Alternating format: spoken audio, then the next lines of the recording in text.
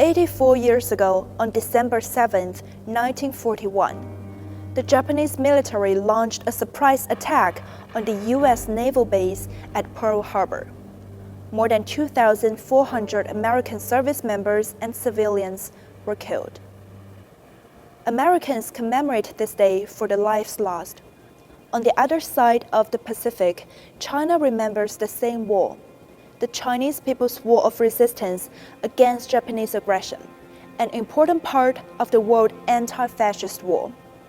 More than 35 million Chinese soldiers and civilians were killed or wounded in the resistance against Japanese militarist invaders. All this trauma should not be forgotten. Most importantly, the lessons should be remembered. The attack on Pearl Harbor is a reminder that when fascism and militarism rise and destroy peace, a regional crisis can quickly spill over into a global catastrophe. After the Allies eventually defeated Japanese militarism in 1945, the international community imposed clear demilitarization obligations on Japan to prevent any resurgence of militarism. Yet in recent decades, Japan has steadily eroded those limits.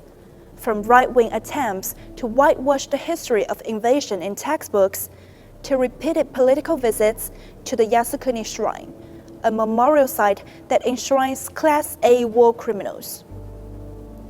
What was once ambiguity on historical responsibility has gradually evolved into more explicit strategic moves. Prime Minister Sanai Takaichi's recent remarks sending a political signal of possible military intervention in the Taiwan Strait mark another step away from Japan's post-war commitments. The Potsdam Declaration, which defined Japan's surrender terms, stated that militarism must be eliminated for all time. Japan accepted these terms, and its post-war legal framework was built upon that commitment.